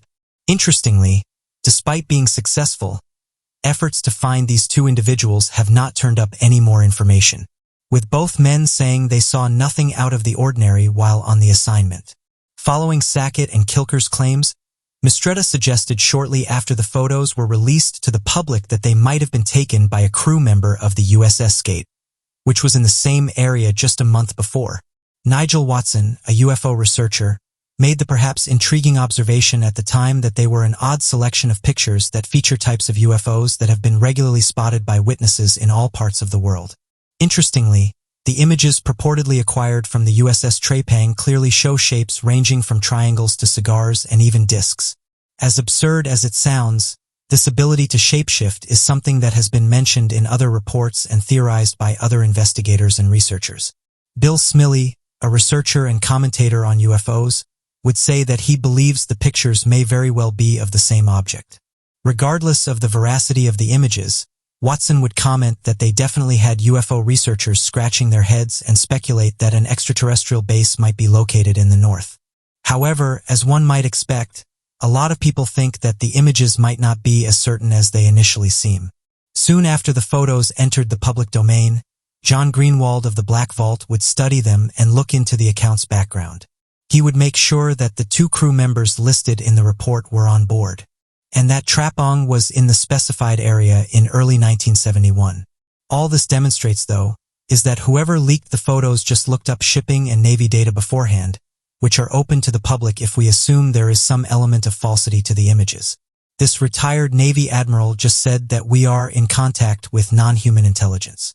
Tim Gallaudet, a former rear admiral in the U.S. Navy, says he believes UFO whistleblowers like David Grush, who say the government is conducting covert efforts to recover extraterrestrial life, are credible. In an interview, Vice Admiral Tim Gallaudet discussed the continuous effort to learn more about this innovative technology. He stated there is a lot of interest and research into its potential to offer a sizable advantage in any military conflict. It's a strong argument in favor of keeping the nature of the technology under wraps. He went on to state that we intend to refrain from disclosing and making public all of the recovered technology, keeping in mind the near future. The goal is to present a complete picture of the circumstances without sacrificing the specifics of the involved technologies. He feels that at this particular moment, it is imperative that we recognize and disclose our interactions with intelligence that is not human. The public should be made aware of this crucial information in order to increase knowledge and comprehension of the phenomena. Giving a thorough explanation of how we interact with non-human intelligence is essential. Gallaudet added another comment regarding these unidentified flying objects, claiming that we are in fact coming across non-human entities with technology that is beyond our comprehension, and with as yet unknown motivations. The person in question is an oceanographer with extensive experience who has held prominent roles in the U.S. Department of Commerce. In particular, they have held the positions of Acting Under Secretary of Commerce for Oceans and Atmosphere, Acting Administrator of the National Oceanic and Atmospheric Administration, and Assistant Secretary of Commerce for Oceans and Atmosphere. They have a strong expertise in this area and have been instrumental in influencing programs pertaining to atmospheric and marine sciences. He believes with all of his heart that he saw footage of unidentified flying objects while in the Navy. His wartime experiences become even more intriguing in light of this intriguing assertion. The existence of extraterrestrial or non-human intelligence has long been a source of heated discussion and skepticism. Admitting to the public that one believes in these phenomena has frequently resulted in social shame and ridicule. There has been a discernible change in the narrative since media reports of these accusations started to surface. This developing plot is further aided by the notable rise in the frequency of various situations involving the government. Humans tend to be skeptical, and this propensity is essential to developing a more perceptive and clear understanding of the world we live in. We can traverse and interact with reality more skillfully if we cultivate a healthy dosage of skepticism. But when it comes to other topics, such as the possibility of alien life or unexplained flying objects, a lot of people choose to draw a clear line, continuing to be skeptical or rejecting such ideas completely. The scientific community and the armed services have worked together to establish legitimacy and credibility for the last 6 years. Inside the venerable halls of Stanford University, the esteemed Pathology and Immunology Department is home to Dr. Gary P. Nolan. He has made noteworthy advances in the field of cancer research, an area in which the prestigious institution and the U.S. government have collaborated extensively for many years. In light of this stellar resume, Dr. Nolan is without a doubt the best expert available to offer a scientific viewpoint regarding the possibility that extraterrestrial life exists on Earth. The claims made by the person in question are undoubtedly not intended for individuals who are easily alarmed. This audacious assertion sparked a commotion and shocked everyone when it was announced. Had the identical comment come from an average UFO enthusiast undertaking their own study, it probably would have been brushed off with little thought. However, because of his considerable achievements in this sector and his links with the government, Dr. Gary Nolan has a solid reputation. As a matter of fact, even among the most ardent supporters of this field, Dr. Nolan continually chooses to apply science to the evaluation of the numerous instances that he is presented with. Dr. Nolan is so positive that non-human intelligence exists on Earth that it is impossible not to find oneself attracted. He is adamant that there is no room for dispute because intelligence of this kind has already made a significant presence known. In addition, he asserts unequivocally that the case is one of complete clarity, free from any room for doubt. But what's most interesting about his claim, which is that the American government was involved in UFO crash retrieval programs, is that he withheld precise facts from the public. Still, this claim raised the level of mystery around his whole claim. A fleet of UFOs swarm various U.S. Navy ships. A swarm of 3 unidentified objects was seen pursuing 4 U.S. Navy destroyers off the coast of California in a recently released infrared image. The Navy has made public the blurry photo, which purports to depict 3 tiny dots, unmanned aerial systems or UAS, hovering close to the USS Paul Hamilton. This was just one of several incidents that naval vessels witnessed over several weeks in July 2019, when numerous destroyers spotted these devices. Around 8 in the evening on July 17th, just after the USS Paul Hamilton stopped using the automatic identification system for location broadcasting, these 3 unmanned aerial systems suddenly materialized close to the ship. Ships are not compelled to transmit their whereabouts continuously, and when increased they typically turn off the transponder. The deck log for the ship does not show this choice, but logs from earlier in the month show that other ships in the vicinity similarly shut off their automatic identification system during unmanned aerial system activity. Furthermore, the UAS did indeed show up shortly after the USS Paul Hamilton turned on its navigation lights. One of these objects was observed 1 nautical mile away just before 8 in the evening. After looking through papers obtained through a Freedom of Information Act request, reports stated that, 20 minutes later, the timeline shows that 2 more were spotted, one of which fell into the river. A swarm of these mysterious objects was detected by the USS Paul Hamilton about half an hour later, and by 9 in the evening one of them was positioned exactly 2,000 feet overhead. The unidentified objects left the ship at 9:15, traveling at nearly 70 miles per hour and returned in less than 10 minutes. It was reported by the USS Hamilton that the swarm continued for over 3 hours. Because reporters only saw the condensed briefing slides, it is uncertain how many UAS the Navy destroyer saw in total. According to news outlets, one of the participating ships, the USS Omaha, disclosed partial ship logs. Reporters claim that the Navy may have introduced portable counter-drone gadgets and that they did carry out countermeasure training later in the week. Chief of Naval Operations Admiral Michael Guild stated in April 2021 that the military was unable to identify the aircraft and the Department of Defense has refused to respond to inquiries thereafter. The night of July 14, 2019 saw the start of the drama. To determine who or what the mystery flying objects were, an onboard intelligence squad called the Ship Nautical or otherwise Photographic Interpretation and Exploitation Team was tasked with recording and looking into encounters with unfamiliar vessels. Reports indicate that the USS Kidd entered quiet mode shortly after the sighting, reducing communications while it attempted to determine the extent of the threat.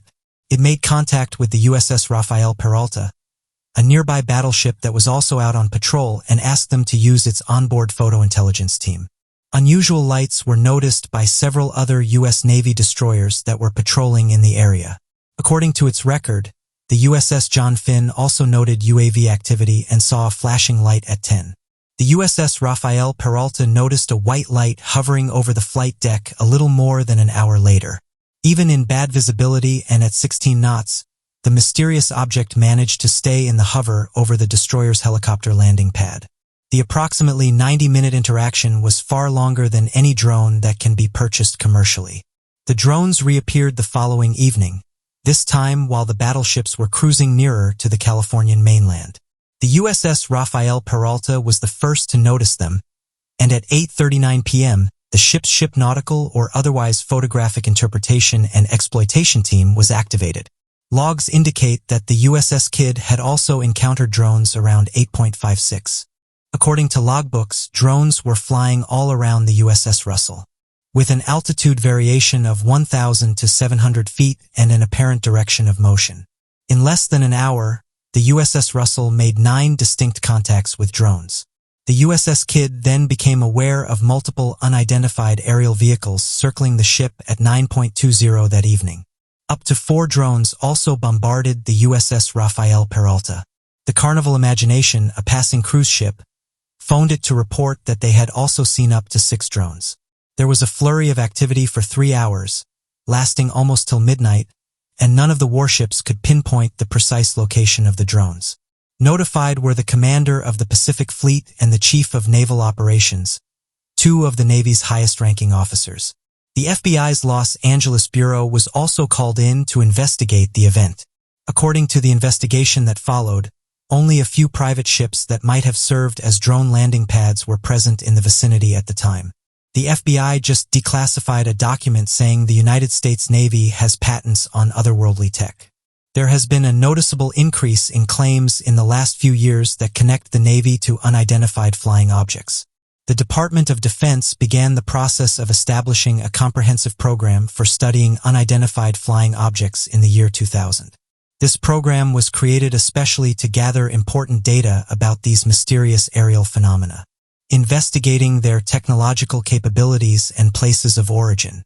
The project, dubbed the Advanced Aviation Threat Identification Program, brought together a committed group of military intelligence personnel, experts, and high-level security clearance holders and received a large amount of funding. Finding out if these unexplained flying objects presented any risks to national security was its main goal. Without delay, this committed group gathered a wide range of strange sighting accounts from pilots across the supporting documentation, including radar data and camera footage, was included with these reports. Their dedicated efforts were directed towards attempting to determine the nature and identities of these unexplainable objects by correlating these encounters with known international aircraft signatures. This program's research was done in an astonishingly deep manner. Taking a broad approach, the group carefully examined every sighting and the information that went along with it in an effort to get a deep understanding of these mysterious occurrences. Their investigation included a broad spectrum of topics, including possible ramifications for national security. The Advanced Aviation Threat Identification Program's thorough compilation and analysis of UFO encounters is a testament to their dedication to advancing our understanding of these occurrences. They wanted to increase our understanding of the enigmatic and frequently bewildering sightings recorded by reliable witnesses, so they increased the scope of their investigations and looked into numerous dimensions. It was soon evident after carefully examining and gathering the data that we would not be able to find satisfactory answers for these enigmatic ships and their origins. Remarkably, a significant portion of the program's eminent researchers were persuaded that these unexplained aerial objects were not Earthborn. These mysterious items also displayed skills and behavior that defied understanding.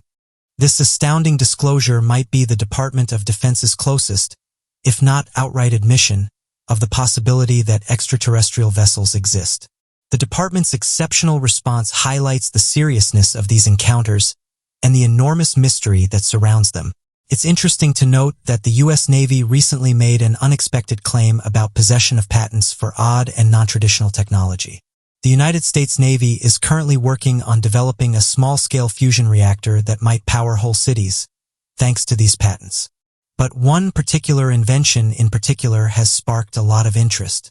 The Navy has disclosed designs for a hybrid aerospace underwater craft and an inertial mass reduction. The idea of inertial mass reduction suggests a revolutionary development in propulsion technology with the goal of lessening an object's inertial mass to increase its speed and maneuverability.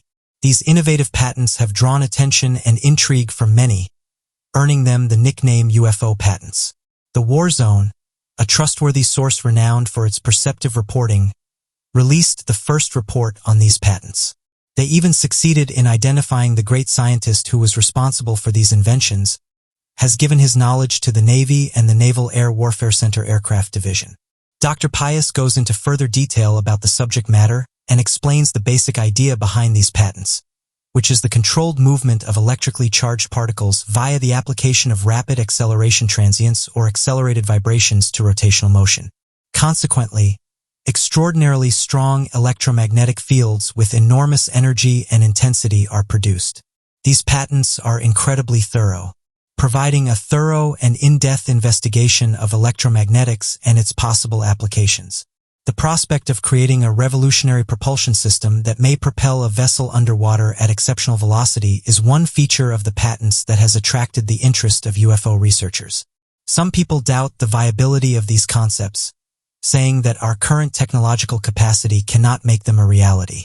Others assert that the Navy already has this cutting-edge technology, which they call USOs or unidentified submerged objects.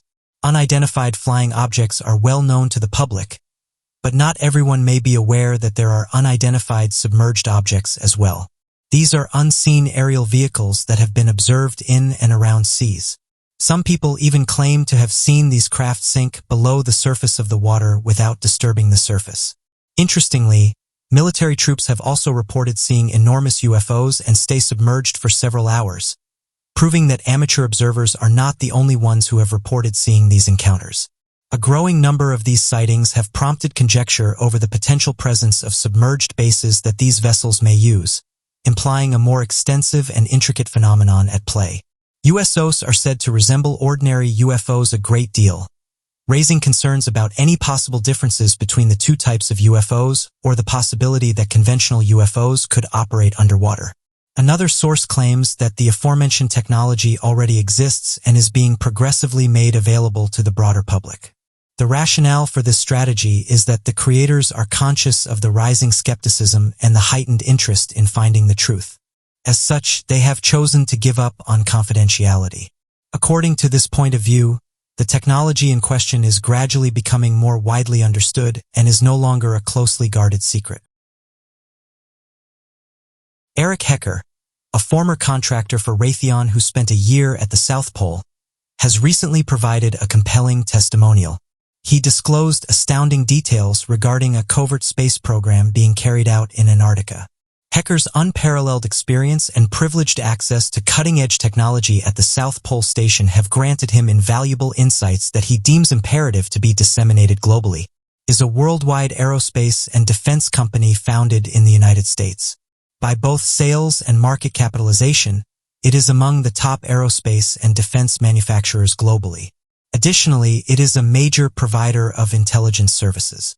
Hecker introduced himself and his work at the South Pole Station as a craftsman and firefighter before starting his testimony. He stressed that the technology at that location, specifically the ice cube neutrino detector, has additional objectives that are not publicly acknowledged. In 2010, he claims to have been chosen to travel to the South Pole Station in Antarctica. He spent a full year there as an employee of Raytheon Polar Services, a third-party contractor for the National Science Foundation. The paperwork he showed revealed the presence of 5,150 embedded digital optical modules in the ice, each capable of transmitting at a voltage of over 2,000 volts. This discovery implies that the neutrino detector has advanced powers that go beyond simply listening and can successfully operate as a versatile directed energy weapons platform. The size and power of the device indicated its potential for employing deep space quantum communications with spacecraft voyaging throughout our solar system and beyond. In an interview with Dr. establishing it as the most extensive phased array transmitter in the world. Upon making this finding, Eric said that he conducted a study and established contact with other researchers within this area, as it corresponds with the ideas they had put forward concerning directed weaponry and communication equipment designed for spacecraft traveling at speeds exceeding that of light. In his opinion, this detector functions as the communication apparatus for intergalactic communication. That he is fascinated by communication and that the time delay in standard electromagnetic transmission can make it ineffective for long-distance spacecraft connection. He inquires of Hecker whether he is implying that the ice cube neutrino detector has the potential to be utilized for quantum communication. Eric Hecker asserts that his extensive research and documentation indicate a strong inclination towards quantum communication. Validate these discoveries. Hecker additionally emphasizes that his objective is to present the facts and provide evidence for the worries that others have already expressed. Having personally observed the facility, he asserts that there is an ongoing occurrence and he intends to increase awareness and offer a means to reveal the truth. Hecker went on to describe the many roles played by the South Pole Station, saying that it controls air traffic for off-world ships such as alien and man-made vehicles that release neutrinos. In addition, he asserted that the facility facilitates superluminal communications, a vital component for interstellar travel. The speaker mentioned Gary McKinnon's previous unauthorized access to NASA systems, where he discovered evidence of a fleet located outside of Earth. Additionally, the speaker said that the South Pole Station plays a crucial role in enabling contact with this fleet. In his ongoing testimony, Hecker revealed a troubling element of the South Pole Station. He claimed that during 2010 and 2011, seismic activity coincided with the initial activation of the ice cube neutrino detector, suggesting its capacity to trigger earthquakes. In addition, he asserted that the South Pole Station accommodates the ELF, extremely low-frequency system, which was previously thought to be inactive but was subsequently found to be fully functional. He proposed that this mechanism, addition to other technology, is utilized for malicious intentions. Hecker explored an additional captivating feature of the South Pole Station, specifically the Atmospheric Research Observatory situated in the clean air area. The individual asserted that they had observed a potent emerald laser originating from this establishment, postulating that it may serve the purpose of long-distance communication or act as a means of protection. In addition, he expressed apprehensions regarding the power provision at the South Pole Station, highlighting the energy requirements of the sophisticated equipment he observed above what was officially acknowledged. He proposed the existence of either a concealed nuclear power source that existed before the Antarctic Treaty or an undiscovered advanced power system. Eric Hecker's concise testimony revealed the existence of a covert space program being conducted at the South Pole Station in Antarctica. Based on his assertions and supporting documents, it appears that the ice cube neutrino detector has capabilities that go beyond its claimed scientific goals. These capabilities include operating as a directed energy weapons platform, an air traffic control station, and a facility for faster-than-light communications. Hecker expressed worries over the seismic activity that the detector could potentially generate and the existence of a functioning extremely low-frequency system. He raised concerns about the power supply systems at the facility. This isn't the first time that an earthquake machine has been mentioned. One of the most peculiar reports that surround the inventor Nikola Tesla is that of his oscillating machine that is believed to be able to cause mini earthquakes within his vicinity that become increasingly more powerful as the machine is left on for a prolonged period of time. Though many claim that the reports are nothing more than exaggerated accounts, the original event was recorded by a reporter back in 1912 after interviewing Tesla, of whom gave a detailed account of his first attempt of testing the machine in practical terms. According to the inventor himself, he brought a small version of his oscillating device, no larger than an alarm clock, and attached it to the steel framework of a building still undergoing construction. After adjusting the oscillator, the building started to tremble, and the steelworkers all across the structure quickly came down, believing that an earthquake had just occurred. The police had been called shortly after, as an investigation quickly began, causing Tesla to quickly retrieve his device and leaving shortly after. Although many now believe that the story was made up by Nikola Tesla, for nothing more than additional media attention, others disagree given the fact that, theoretically, it could begin to cause it to vibrate and tear apart similar to that of a violin shattering a crystal glass. The mysteries of Bove Island. Bove Island, a remote speck in the vast South Atlantic Ocean, is one of the most isolated places on Earth. Officially a dependency of Norway, this desolate island is often shrouded in mist and mystery, earning its reputation as a land of unanswered questions. The mysteries surrounding Bove Island are as compelling as they are perplexing, from unexplained shipwrecks to strange geological phenomena. One of the most enduring mysteries of Bove Island is the presence of an abandoned lifeboat discovered in 1964. During a routine expedition by a South African survey team, the lifeboat was found on the island's rocky shore.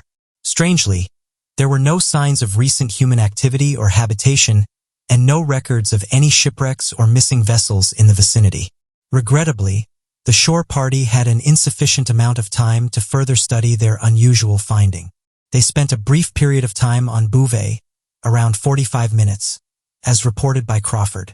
During this time, the men had to perform a reconnaissance of the platform, gather rock samples, and defend themselves against hostile male sea elephants that were displeased by their presence. There was insufficient time to thoroughly investigate the Neuroisa or search for additional indications of life. Considering those limitations, it is highly improbable that the brief search stated by involved much more than simply walking a short distance from the lagoon in either direction and looking for the most conspicuous indications of bodies or human presence. Furthermore, it seems that none of the future visitors to the island pursued the investigation. Interestingly, the mysterious boat is not mentioned again. However, Bouvier Island was revisited in 1966 by a team doing a biological survey who devoted significant attention to the lagoon.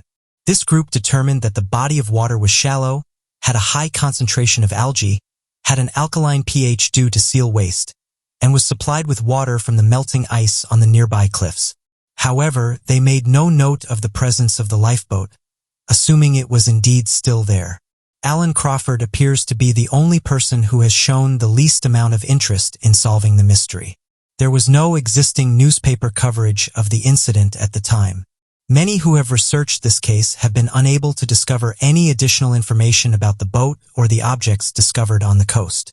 There are a few further recent tales of the landing, and oddly enough, no one has inquired about the origin of the boat or made any effort to locate its crew.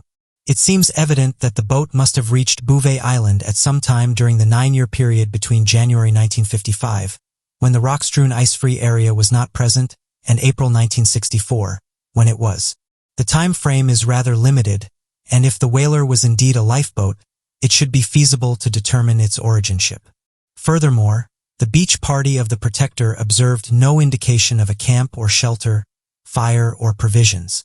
Furthermore, the existence of a substantial vessel in a lagoon, situated at a minimum distance of 30 yards from the coastline, implies that it either arrived to the island with a complete crew capable of manually dragging it across challenging terrain, or it was deliberately placed there by a smaller party with intentions of remaining on the island for an extended period. However, except for that, everything else is mere conjecture, and what makes this highly unusual event even more peculiar is that the few pieces of information we possess do not entirely corroborate any of the apparent hypotheses. Undoubtedly, this would be the most striking and amorous interpretation, elucidating certain it was placed there by individuals lacking the means to fasten it securely on land and uncertain if they would require it again, and the proximity of a small assortment of equipment. It is unclear why Crawford's copper flotation or buoyancy tank was flattened, but it seems like the kind of action that a group of desperate men with little resources might take. The lifeboat scenario provides the most plausible explanation for the existence of only one pair of oars on the shore.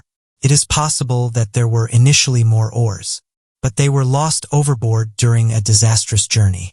Despite thorough investigation and multiple voyages to Bouvet Island following the discovery of the lifeboat, the mystery remains unresolved. The island's inclement weather conditions and remote location persistently impede comprehensive investigations, resulting in numerous unresolved inquiries. Who were the individuals present in the lifeboat? What factors precipitated their arrival on this secluded and barren island? And what was their ultimate fate? The forsaken lifeboat on Bouvet Island serves as a representation of the persistent mystery of the ocean and the innate human inclination to venture into and comprehend the unfamiliar. It demonstrates the uncertain and dangerous nature of sea expeditions and the extensive, unexplored areas that remain on our planet. With the progress of technology and ongoing research, it is possible that future expeditions will discover additional evidence that may provide insight into this mysterious maritime puzzle. Man claims he found hundreds of monolith-like objects in Antarctica. In the age of digital exploration, tools like Google Earth have opened up the world to anyone with an internet connection. The ability to virtually traverse the globe and scrutinize the most remote corners of our planet has led to some astonishing discoveries. One such claim comes from a man who, while using Google Earth, reported finding hundreds of black monoliths scattered across the icy expanse of Antarctica. This extraordinary claim has sparked widespread interest and debate, raising questions about the nature and origin of these mysterious structures. The story begins with Mr. Davis, an amateur researcher and avid user of Google Earth, who often spends his free time exploring remote regions of the globe through satellite imagery. In early 2024, Davis claimed to have stumbled upon a series of black monoliths in Antarctica. According to his detailed observations, these monoliths appeared in various locations across the continent, sometimes standing alone and other times in clusters. The monoliths, as seen from satellite images, were uniformly dark and rectangular, reminiscent of the monoliths famously depicted in Stanley Kubrick's film. Davis's discovery was quickly posted to various online groups that investigate mysterious anomalies in Antarctica, captivating the imaginations of amateur researchers, ufologists, and curious minds worldwide, who all said that this photograph is evidence that something strange is happening down in Antarctica. The idea of mysterious black monoliths in Antarctica conjured images of ancient civilizations, extraterrestrial artifacts, and hidden secrets waiting to be uncovered beneath the ice. Social media platforms buzzed with speculation, with theories ranging from remnants of an advanced prehistoric civilization to markers left by extraterrestrial visitors. The resolution of satellite images available on Google Earth can be limited, often resulting in pixelation and artifacts that may create the illusion of structures that do not exist. High-resolution satellite imagery and ground truthing are essential for verifying such claims. Without these tools, it is challenging to conclusively determine whether the monoliths are real objects or simply anomalies in the data. Poses significant challenges for the preservation of any structures. The continent is subject to extreme weather conditions, including powerful winds, sub-zero temperatures, and shifting ice. These factors make it unlikely for any standing structures, particularly those made of conventional materials, to remain intact for long periods. If the monoliths were indeed real, their material composition and resilience would be subjects of intense scientific interest. Possibility of the monoliths being real cannot be entirely dismissed without further investigation. Antarctica has long been a place of mystery and intrigue, with many aspects of its geography and history still shrouded in uncertainty. The discovery of ancient microbial life in subglacial lakes and the existence of large, unexplored cave systems beneath the ice suggest that the continent holds many secrets yet to be revealed. If the monoliths were found to be genuine, the implications would be profound. They could potentially rewrite our understanding of human history, geology, or even our place in the universe. The discovery of ancient structures in Antarctica could indicate a previously unknown chapter of human or pre-human civilization, suggesting that the continent was once habitable and inhabited. Alternatively, if the monoliths were of non-terrestrial origin, it would revolutionize our understanding of extraterrestrial life and contact. In either scenario, the discovery would prompt a reevaluation of Antarctica's role in global history and prehistory. It would likely lead to increased international interest and collaboration in Antarctic research, fostering new scientific and exploratory missions to uncover the continent's hidden mysteries. When people go missing, the majority of the time they turn up or are found well. However, there are cases of missing people who seem to have vanished without a trace. Despite the best efforts of search teams and loved ones, their disappearances remain unsolved and unexplained. So today, here at Unexplained Mysteries, we'll be taking a look at 3 mysterious disappearances. The mysterious disappearance of John Devine in the Olympic National Park. John Devine was a 73-year-old hiker who went missing on September 7, 1997 from the Olympic National Park in Washington. He was an experienced hiker and climber who headed into the park the day before going camping. He planned to ascend Mount Baldy in the Olympic National Forest, nearly a 6,796-foot high mountain, by the Maynard Burn Trail. This trail is very rugged and challenging to traverse, so an accident likely occurred and Devine was somehow injured. It was only supposed to be a day hike, so when he did not show up the following day, his entire family grew worried and called the authorities. He was subsequently declared missing and has never been found. Devine lived in Sequim, Washington, and although he was legally blind in one eye, he was in physical shape. He was an avid hiker and had gone on many solo adventures in the Olympics before his trip. His friend last saw him on September 7th, the Saturday of his hike. He had been hiking in the afternoon along the Grey World Ridge, which is on the northern side of the national park. He had been camping with a friend just outside the park's limits in the Buckhorn Wilderness area. Devine had no gear or food with him other than a few granola bars. Although authorities conducted a search and rescue immediately, it was cut short due to a fatal helicopter crash.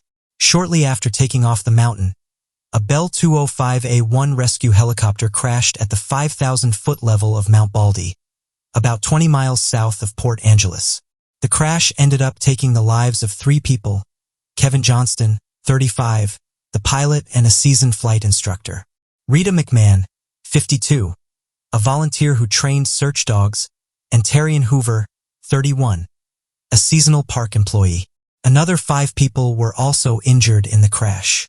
The helicopter crash was caused by the deteriorating weather conditions as it started to get cold and snowy once the search began. The mountainside was too rugged and dense for volunteers to search through properly, so investigators quickly brought the teams back in before it got too dark and dangerous for them to be out on the mountain. The sergeants from the sheriff's office, who was in charge of coordinating the search team, explained to reporters and volunteers that if Devine had indeed been hiking in that area, then they would have already discovered him by now. If he had been unfortunately injured during a fall, it was improbable that he would have survived until that point in time. The search for John Devine was called off on September. His family. The leading theory is that he was ill-prepared for his hike and suffered a severe injury that caused him to lose his life. No matter the level of experience, hikers should always take nature seriously and prepare themselves for any situation. When coupled with the cold weather, it would have been difficult for Devine to survive an accident. Unfortunately, we will never know, as he was never found in the forest and his disappearance remains a mystery to this very day. Unexplained disappearance of Larry Jeffrey. On May 28, 1966, a young 6-year-old boy named Larry Jeffrey vanished from the Humboldt Tuyabe National Forest in Nevada. He was wandering with his brothers near the peak of Mount Charleston, just a quick drive from Las Vegas at a 12,000-foot elevation. He happened to wander off from his family and was never found. Investigators say take him, so he essentially just walked off, never to be seen again.